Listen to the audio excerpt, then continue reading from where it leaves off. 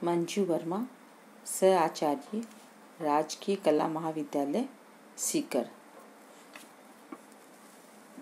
आज का विषय है सुभाष चंद्र बोस। आगे इनकी जो राजनीतिक विचारधाराएं थी, जो क्रांतिकारी विचारधारा थी, उसी को आगे करते हुए, क्या सुभाष चंद्र बोस फांसीवाद थे? इस प्रश्न के उत्तर हाँ या नहीं दोनों ही हैं। वे उग्र राष्ट्रवादी थे और देश की स्वतंत्रता के लिए हिंसात्मक तरीकों का प्रयोग करने में विश्वास करते थे।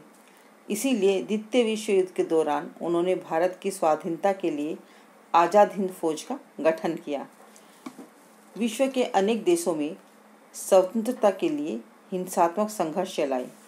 स्वयं हिंसा पर फांसीवाद का अधिकार नहीं है, किंतु सुभाष चंद्र बोस का हिंसात्मक संग्राम इसलिए फांसीवाद जान पड़ा कि उन्होंने यूरोप तथा एशिया की फांसीवादी शक्तियों से सशस्त्र सहायता ली थी। राजनीतिक आचार नीति की दृष्टि से यह काम किसी भी प्रकार निंदनीय नहीं था। कुछ भी सही, उन्हें फांसीवाद इस सीमित अर्थ में कहा जा सकता है कि उन्होंने फांसीवादी शक्तियों से सहायता ली थी। कदाचित उनकी सेना का प्रशासनिक संगठन फांसीवादियों की सत्तावादी नेतृत्व की धारणा पर आधारित था और उस लोकतांत्रिक नियंत्रण के सिद्धांत से विपरीत था जो कुछ अंशों में पाश्चात्य देशों के सैनिक संगठन में पाया जाता है। सुभाष चंद्र बोस का संपूर्ण राजनीतिक जीवन वास्तविक मान्यताओं व व्यवहारिकता से मुक्त रहा। इसके लिए वो किसी भी सीमा तक आगे बढ़ने को तैयार थे। फासिस्टवादी शक्तियां सैनिक बल के सहारे अपनी बातों को मनाने का प्रयास करती थी। सुभाष चंद्र बोस ने भी साम दाम दंड भेद के बल पर सैन्य शक्ति का सहारा ले रखा था। इसके आधार पर सुभाष को फासिस्ट कहा जाए तो ये गलत नहीं है। सुभाष चंद्र बोस कठोर अनुशासन के पक्ष में थे। उन्हें दल विरोधी कांड बिल्कुल पसंद नहीं थी। वे सभी लक्षण तो उनमें थे ही। एक दूसरा आधार ये भी है कि फासिस्ट शक्तियों के सहारे उन्होंने आज़ाद हिंद फौज को आगे बढ़ाया तथा उसका गठबंधन किया। 1939 में उन्होंने गांधी, नेहरू, पटेल के गुट को चुनौती देते हुए चुनाव लड़े। उन्होंने सामूहिक नेतृत्व की बात को स्वीकार नहीं किया। सुभाष चंद्र बोस जीत गए। गांधी के समर्थक तो बोस को वामपंथी व फासिस्ट मानते थे। नेहरू भी एक बार तो भ्रमित हो गए। सुभाष चंद्र बोस मजे हुए राजनीतिज्ञ थे। वह युग की भाषा को पहचानते थे। उनका लक्ष्य था देश की आज़ादी। उन्होंने गांधी का नेतृत्व स्वीकार किया। सुभाष चंद्र बोस ने चुनाव जीतने के पश्चात हृदय से आभार प्रकट किया तथा गांधी को राष्ट्रपिता और जन इच्छाओं का प्रतीक बतलाया और आगे कहा, मैं केवल एक ग्रुप का लीडर होकर उदित हुआ हूँ। नेक्स्ट है फॉरवर्ड ब्लॉक की स्थापना।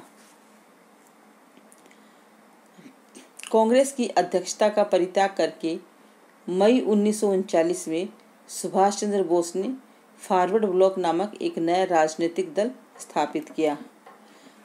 फॉरवर्ड ब्लॉक के झंडे के नीचे सुभाष चंद्र बोस की वामपंथी शक्तियों को संयुक्त करना चाहते थे। इस दल का उद्देश्य था अहिंसावादी चक्कर में न पड़ते हुए भारतीय स्वतंत्रता के शीघ्र अतिशीघ्र प्राप्त करने के काम में संलग्न रहना। सुभाष चंद्र बोस ने उन शक्तियों को प्रज्वलित करने में के उद्देश्य से फॉरवर्ड ब्लॉक की स्थापना की जो भारत में ब्रिटिश शासन का विरोध करने तथा हर उपाय से उनका तत्काल अंत करने के लिए सिद्धांत को स्वीकार करती थी। 1 जनवरी 1941 को बोस ने फॉरवर्ड ब्लॉक के मुख्य सिद्धांतों का सार इस प्रकार व्यक्त किया। पहला है पूर्ण राष्ट्रीय स्वतंत्रता तथा उसको प्राप्त करने के लिए अविचल साम्राज्यवाद विरोधी संघर्ष। दूसरा है एक पूर्णतः आधुनिक ढंग का समाजवादी राज्य। तीसरा है देश के आर्थिक पुनरुत्थान के लिए वैज्ञानिक ढंग से बड़े पैमाने पर उत्पादन। चौथा है उत्पादन तथा वितरण दोनों का सामाजिक स्वामित्व तथा नियंत्रण। 5वां है व्यक्ति को धार्मिक पूजा पाठ में स्वतंत्रता। 6वां है हर व्यक्ति के लिए समान अधिकार। 7वां है भारतीय समाज के हर वर्ग को भाषा विषयक तथा सांस्कृतिक स्वतंत्रता।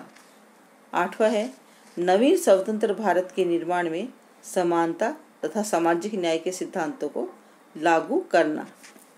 नेक्स्ट है निष्कर्ष। राजनीतिक कार्यकर्ता तथा नेता के रूप में सुभाष चंद्र बोस ओजस्वी राष्ट्रवाद के समर्थक थे। देशभक्ति उनके व्यक्तित्व का सार तथा उनकी आत्मा की उच्चतम अभिव्यक्ति थी। यही कारण है कि उनकी रचनाओं में अनन्य राष्ट्रभक्ति पर बार बार बल दिया गया है। देश में तथा देश के बाहर अपने स्वयं कार्यकलाप में बोस ने निर्भीकता के साथ ऐसे राष्ट्रवाद का समर्थन किया जिसमें किसी भी प्रकार की सांप्रदायिकता के लिए कोई गुंजाइश नहीं थी। सुभाष चंद्र बोस की महत्ता भारतीय इतिहास में स्थायी रूप से प्रतिष्ठित रहेगी। सुभाष चंद्र बोस को उनकी ज्वलंत देश को ब्रिटिश साम्राज्यवाद की श्रृंखला से मुक्त कराने के लिए आदेश के प्रति उनकी लगभग उन्मादपूर्ण निष्ठा तथा राष्ट्र के लिए उन्होंने जो घोर कष्ट सहे उसके कारण सदैव प्रथम श्रेणी की राष्ट्रवीर के रूप में अभिवंदित किया जाएगा। सुभाष चंद्र बोस ने भारतीय राजनीतिक सिद्धांत की जो सेवा की है उसका विश्लेषण तथा मूल्यांकन करते समय हमें इस बात का ध्यान रखना चाहिए कि देश में अभी परिपक्व सैद्धांतिक अन्वेषण की स्वतंत्र परंपराएं विकसित नहीं हुई हैं और दूसरे सुभाष चंद्र बोस राष्ट्रीय स्वतंत्रता के कार्य में अत्यधिक व्यस्त रहे। यद्यपि बोस मौलिक राजनीतिक विचारक नहीं थे, फिर भी आधुनिक भारतीय राजनीतिक चिंतन के इतिहास में स्थान पाने के लिए इसलिए अधिकारी हैं कि उन्होंने राष्ट्रीय स्वतंत्रता, समाजवाद तथा साम्यवाद और फांसीवाद के समन्वय के विचारों को लोकप्रिय बनाया। ये व्याख्यान यहीं समाप्त होता है। नेक्स्ट अगले व्याख्यान में नए विषय के साथ में।